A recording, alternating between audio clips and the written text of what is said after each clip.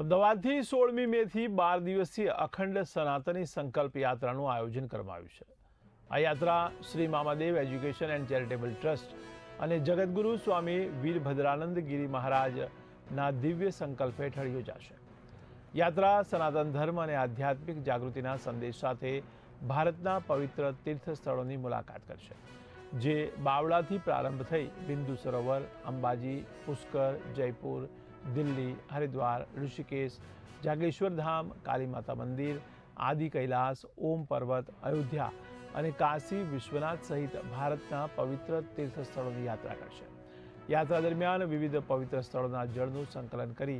વૈદિક વિધિથી અભિષેક કરવામાં આવશે, જેનો મુખ્ય હેતુ સનાતન ધર્મ, ગુરુ શિષ્ય પરંપરા, આધ્યાત્મિક જાગૃતિ અને સામાજિક એકતાને વધુ મજબૂત બનાવવાનો છે। આયોજકોના જણાવ્યા મુજબ આ યાત્રા માત્ર ધાર્મિક પ્રવાસ નહીં, પરંતુ આંતરિક આત્મજાગૃતિ, સંસ્કૃતિ સંવર્ધન અને રાષ્ટ્રીય આધ્યાત્મિક સંકલ્પનો વિશાળ મહાયજ્ઞ બનશે। ગયા જે હનુમાન જયંતિનો દિવસ હતો ત્યારે મને હરિદ્વારની અંદર દીક્ષા આપવામાં આવી અને ત્યારબાદ આ હનુમાન જયંતિના દિવસ સુધી મેં એક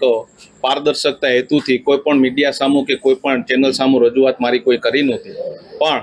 હવે મારે એક અખંડ સનાતન જન જાગૃત યાત્રા એક સંકલ્પ સાથે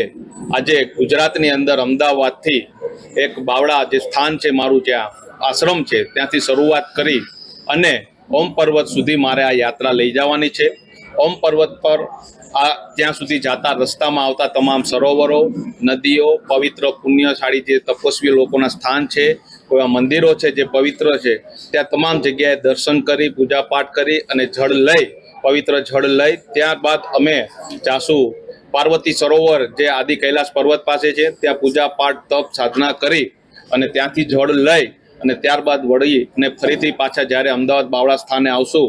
ત્યારે આ જળ ગુજરાતની અંદર હાલમાં સંકલ્પ કોઈ દિવસ કોઈને રજૂઆત ના કરવાનો હોય એટલે ફરીથી કોન્ફરન્સ કરી સંકલ્પ ત્યારે નક્કી કરશું કે કયા લિંગ ઉપર, ગુજરાતના કયા લિંગ ઉપર આપણે આ અભિષેક કરશું, જેમાં મીડિયા, અધિકારીઓ, મિનિસ્ટરો સાહેબો અને અન્ય આમ નાગરિકોને પવિત્ર પુણ્યશાળી જીવાત્માઓની સાથે શાસ્ત્રો, વેદો અને ઉપનિષદોને ધ્યાનમાં રાખી અને આ અભિષેક આપણે